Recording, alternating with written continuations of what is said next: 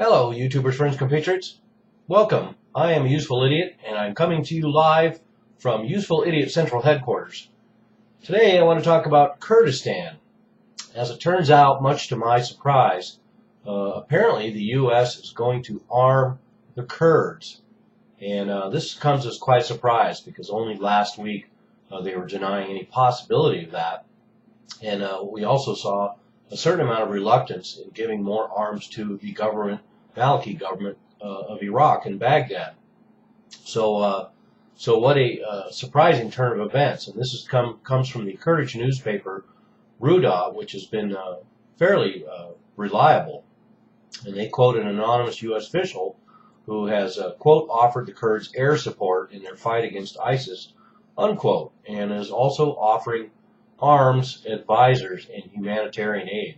So we'll be looking for more confirmation of this, but if this is true, this is certainly a dramatic development in that region, certainly a dramatic development in the implications for Iraq, and Kurdistan.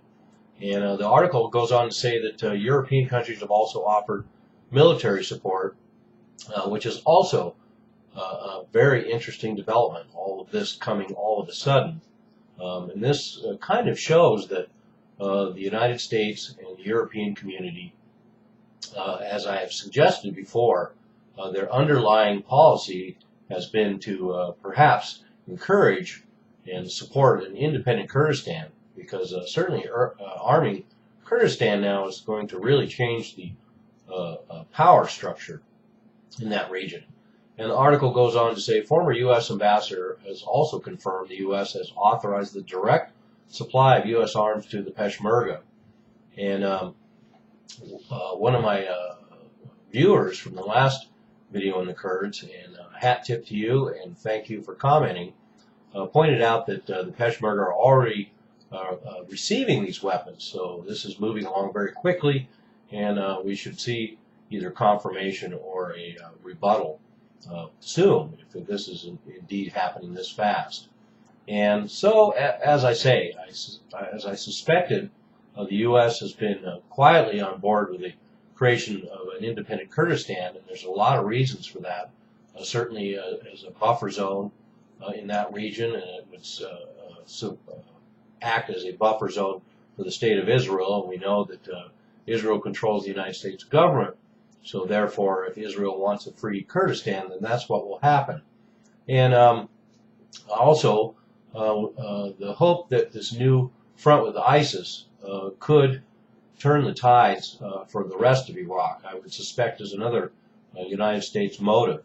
The Peshmerga are far more capable than the general Iraqi army, and so the U.S. sees a better chance of controlling somewhat the situation there by investing a lot more into Kurdistan, the Kurds, and the Peshmerga than the Iraqi government. Of course, this gets complicated because we have the PKK coming in from Turkey to support the Kurds in Iraq, and the United States still has them labeled as a terrorist group. And then we also have Kurds moving in from Syria, who have generally had somewhat of a rocky relationship with the Kurdish regional government in Iraq. So interesting development there to see all these Kurdish elements all pulling together to defend against ISIS. And the Iraq government, oddly enough, is for the first time since the fall of Mosul, is reportedly having airstrikes against ISIS positions in support of the Kurds as well. So the first cooperation, and interesting development there, but I'm sure Maliki is trying to sweeten the pot because he continues to pursue other endeavors to shut down Kurdish autonomy. And that's the big picture. I think the United States has been very reluctant to support an independent Kurdistan for the simple reason that publicly they would have to acknowledge that U.S. policy eventually contributed to the breakup of Iraq. And in the big picture, I'm not really sure why people are so concerned about the idea of Iraq breaking up into separate countries. It's a country that has a short modern history, although an extremely long, if not the longest, ancient history. And so the fact that they're now thinking of breaking the country up is really not that problematic. This is what happened in Yugoslavia. This is what happened in Czechoslovakia after the fall of the Soviet Union and the breakdown of the Warsaw Pact in Eastern Europe. We had no problem breaking up those two countries, and certainly we had a lot of hostilities in breaking up Yugoslavia, but the breakup of Czechoslovakia was actually very smooth. But of course, that's a European country, and now we're talking about a Middle Eastern country, and it gets a lot more complicated with all the sectarian divisions, religious divisions, and ethnic divisions, and the like. So now we will have the Peshmerga. If this is true, the U.S. will be arming them. They will be far more powerful force than the Iraqi army, and there probably will be no turning back. One angle could be that the United States wants to arm the Peshmerga in the hopes of defeating ISIS and keeping Iraq intact, but I would suspect more likely the scenario is that the Peshmerga will now be fully armed and will easily match the Iraqi army in the field, especially after the decimation of the Iraqi army from ISIS. And that will completely turn the table. So that, it was an unequal fight in a lot of ways already, as the Peshmerga could easily hold their own against the Iraqi army. But this United States involvement would cinch that.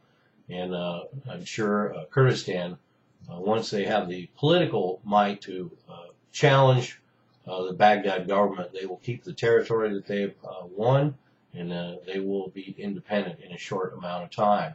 So, and like I say, the fact that they're supplying arms is one thing, but this will be very dramatic if we see the United States provide air cover for Kurds, especially considering they haven't done that for the Maliki government. That's a very provocative and controversial distinction, I would say.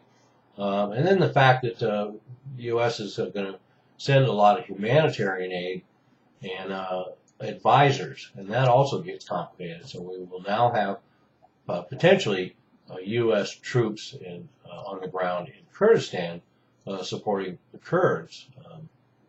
Because let's remember, every conflict the United States has gotten into practically in the later part of the 20th century and now the 21st century always starts with the advisors. So there we have it. Something I'm certainly going to keep my eye on, because this is a very big deal in the geopolitical scheme of that region, and for that reason, that is why I keep reporting so adamantly about events involving Kurdistan. I'm a useful idiot. Don't you be one too?